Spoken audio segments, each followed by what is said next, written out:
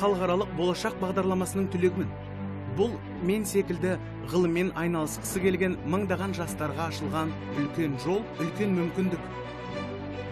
Соның арқасында әлемнің жетекші компаниялар мен университеттерінде білім алып, тәжірибе алмастық. Бүгінде сол жастар еліміздің әр саласында ғылымның шексіз мүмкіндіктерін пайдалануда.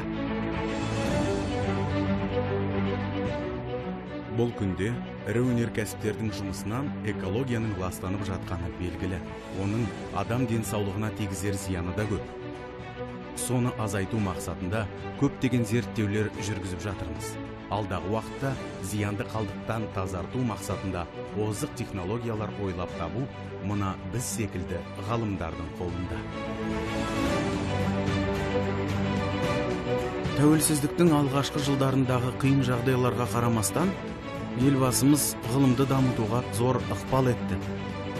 Бүгінгі таңдағы коронавирус инфекциясымен күресте соның жемісін анық байқадық. Біздің ғалымдарымыз вакцина жасап жатыр.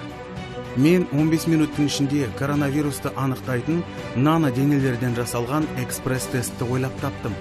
Мұның барлығы отандық ғылымның орасан жетістігі деп есептеймін.